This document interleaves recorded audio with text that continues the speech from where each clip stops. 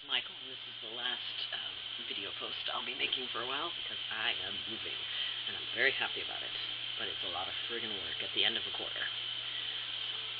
I'm here to talk to you about why trans people and other queers in general, don't get along. Not that, people don't, but, I mean, not that everyone doesn't, but there's a general thing. There's transphobia, and then there's homophobia, and other stuff, and it's not good. Well, I highly recommend that if you want to know more about it, you read a book called Becoming a Visible Man by Jamison. But if you want the basic summary, not so long ago, trans people were at the mercy of psychiatrists and all that stuff.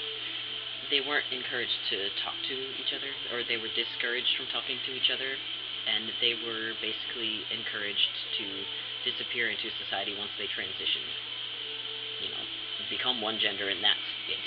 That's your whole identity, and then you hide. Yeah, and that's pretty shitty. There was also a thing of you had to be the perfect candidate. If they didn't think that you would look good as the opposite sex, then you were not allowed to transition.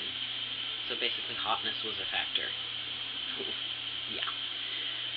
If they felt that you were deviant in any way, if you were queer in any way other than being trans, which I believe they would not consider it the same thing I do, then you were not allowed to transition.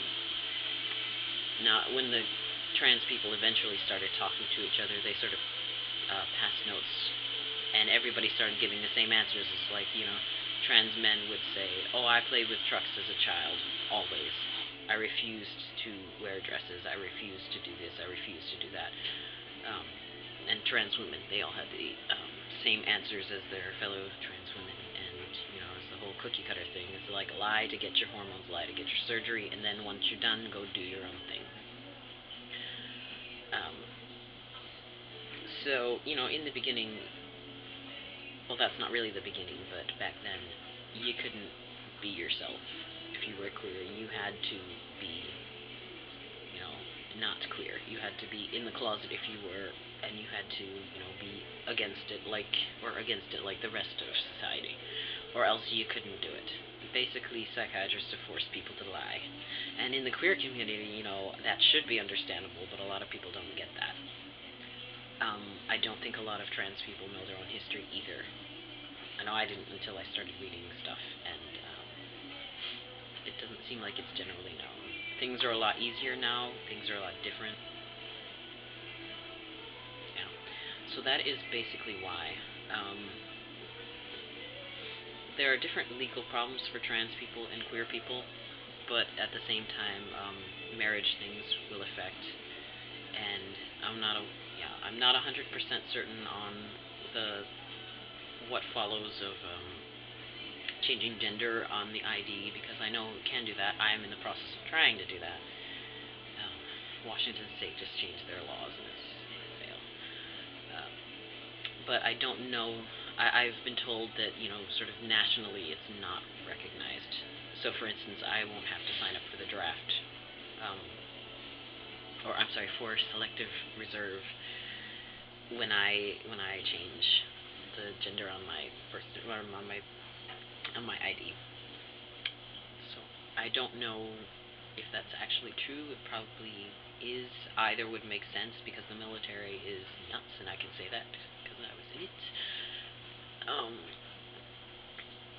But there's still a lot of weird things, so we're all sort of in the same boat together, but on different points of the ship, basically. And I hope this rambling explanation has helped some of you to understand some stuff, and if not, I'm sorry, but I hope you enjoyed looking at my face. Yes. And as with my last video, I'm going to leave you with a note. Trader Joe's has really inexpensive fruit. They have had, at least where I live, the same price on bananas for like the last 10 years, so 20 cents a pound. That's pretty friggin' good. You need fruit in your diet if you can stomach go there and get some fruit. And that's all I have to say. Bye for now.